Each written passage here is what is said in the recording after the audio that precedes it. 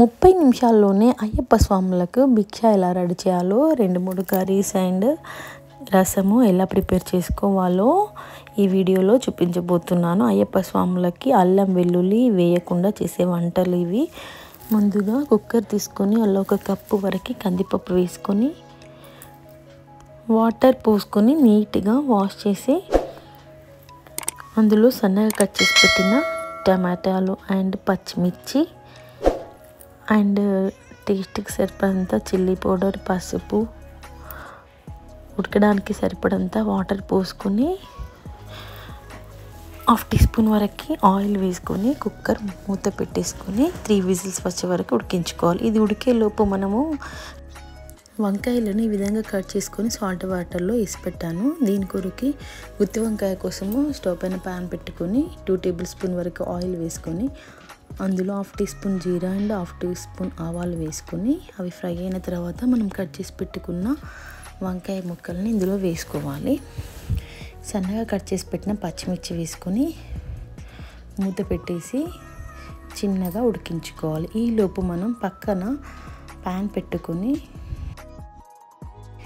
కుర్మా కొరకి మనము పల్లీలు అండ్ నువ్వులు వేసుకొని ఫ్రై చేసుకొని ఒక మిక్సర్ జార్లోకి తీసుకొని మిక్స్ చేసుకొని పక్కన పెట్టేసుకోవాలి.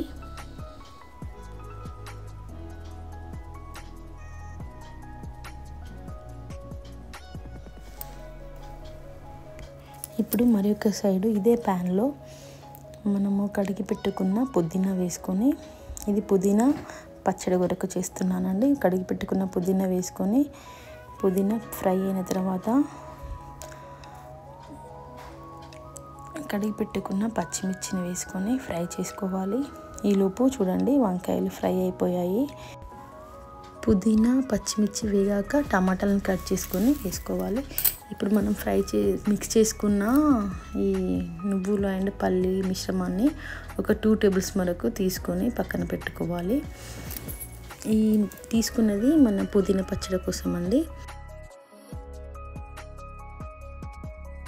ఇప్పుడు ఈ మిక్స్ జార్లోకి వంకాయ కుర్మా కోసం చేస్తున్నాను. సరిపడంత చిల్లీ పౌడర్, సాల్ట్, ధనియాల పొడి, పసుపు, కొద్దిగా వాటర్ వేసుకొని మరొకసారి గ్రైండ్ చేసుకొని గ్రేవీ ఇలా ప్రిపేర్ చేసుకోవాలి. ఈ వంకాయలు ఫ్రై అయినాయి కదండి, ఇప్పుడు ఇందులో గ్రేవీ వేసుకోవాలి. గ్రేవీ వేసుకొని సరిపడంత కొద్దిగా వాటర్ పోసుకొని మరొక 10 మినిట్స్ వరకు ఉడికించుకోవాలి. 10 మినిట్స్ మూత పెట్టి ఉడికించుకోవాలి. ఈలోపు పుదీనా పచ్చడి కోసం వేసుకున్న టమాటాలు, పచ్చిమిర్చి, పుదీనా ఉడికిపోయాయి. ఇవి మిక్సర్ జార్లోకి వేసుకోవాలి. ఈలోపు మరొక స్టవ్ మీద రైస్ పెట్టేసుకోవాలి. మనం ఈ కర్రీస్ ప్రిపేర్ అయిన లోపు అది రైస్ అనేది రెడీ అవుతుంది. టమాటా పప్పు ఉడికిపోయిందండి. మూత తీసుకొని టేస్ట్కి సరిపడంత సాల్ట్ వేసుకొని రుద్దుకొని పక్కన పెట్టేసుకోవాలి. ఇప్పుడు పుదీనా పచ్చడిలోకి టేస్ట్కి సరిపడంత సాల్ట్ అండ్ 1 టీ స్పూన్ జీరా వేసుకొని ఇప్పుడు మనం పక్కన పెట్టేసుకున్న నువ్వులు అండ్ పల్లి పొడి ఉంది కదండి, ఆ పొడిని వేసుకొని మిక్స్ చేసుకొని పక్కన పెట్టేసుకోవాలి. ఇప్పుడు పుదీనా కోసం చేసుకున్న కడాయి పెట్టుకొని మనం టమాటా చారు గురించి 2 టమాటాలు అండ్ కొద్ది సైజులో చింతపండు, పచ్చిమిర్చి వేసుకొని కొద్దిగా వాటర్ పోసుకొని ఉడికించుకోవాలి. ఈలోపు వంకాయ కుర్మా అనేది రెడీ అయిపోయింది. కొత్తిమీర చల్లుకొని వంకాయ కుర్మను పక్కన పెట్టేసుకోవాలి. టమాటా రసం కోసము ఉడికించుకున్న చింతపండు, టమాటాలు అనేవి ఉడికిపోయాయి. ఇప్పుడు మనం ఇది ఒక మిక్సర్ జార్లోకి తీసుకొని గ్రేవీలాగా చేసుకొని స్టెయినర్తోని ఫిల్టర్ చేసుకోవాలి. ఫిల్టర్ చేసుకొని దీనికి సరిపడంత వాటర్ పోసుకొని టేస్ట్కి సరిపడంత సాల్ట్ వేసుకొని 1/2 టీ స్పూన్ వరకు మిరియాల పొడి వేసుకొని ఒక 10 మినిట్స్ వరకు మీడియం ఫ్లేమ్లో పెట్టుకొని ఈ చారు అనేది మరగనివ్వాలి. ఈలోపు అప్పడాలను వేయించుకోవడానికి కడాయిలో సరిపడంత ఆయిల్ పోసుకొని అప్పడాలను వేగించుకోవాలి. ఇప్పుడు ఈ ఆయిల్ మనకి పోపుకి సరిపడంత ఆయిల్ ఉంచేసి మిగతా ఆయిల్ని తీసేసుకోవాలి. టమాటా పప్పు కోసం అండ్ చారు కోసం పోపు వేసుకుంటున్నాను. 1 టీ స్పూన్ జీరా అండ్ 1 టీ స్పూన్ ఆవాలు వేసుకొని కడిగి పెట్టుకున్న కొత్తిమీర వేసుకొని పోపుని టమాటా పప్పులో వేసుకోవాలి.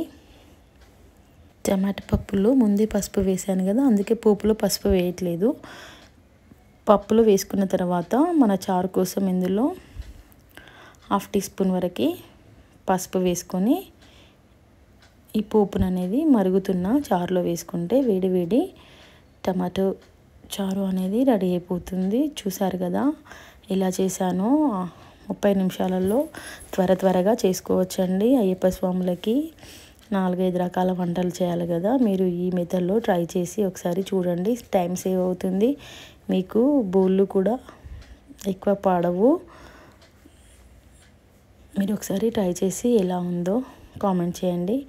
నా స్టైల్ కనుక మీకు నచ్చేది ఉంటే లైక్ చేయండి, సబ్స్క్రైబ్ చేయండి. Thank you for watching.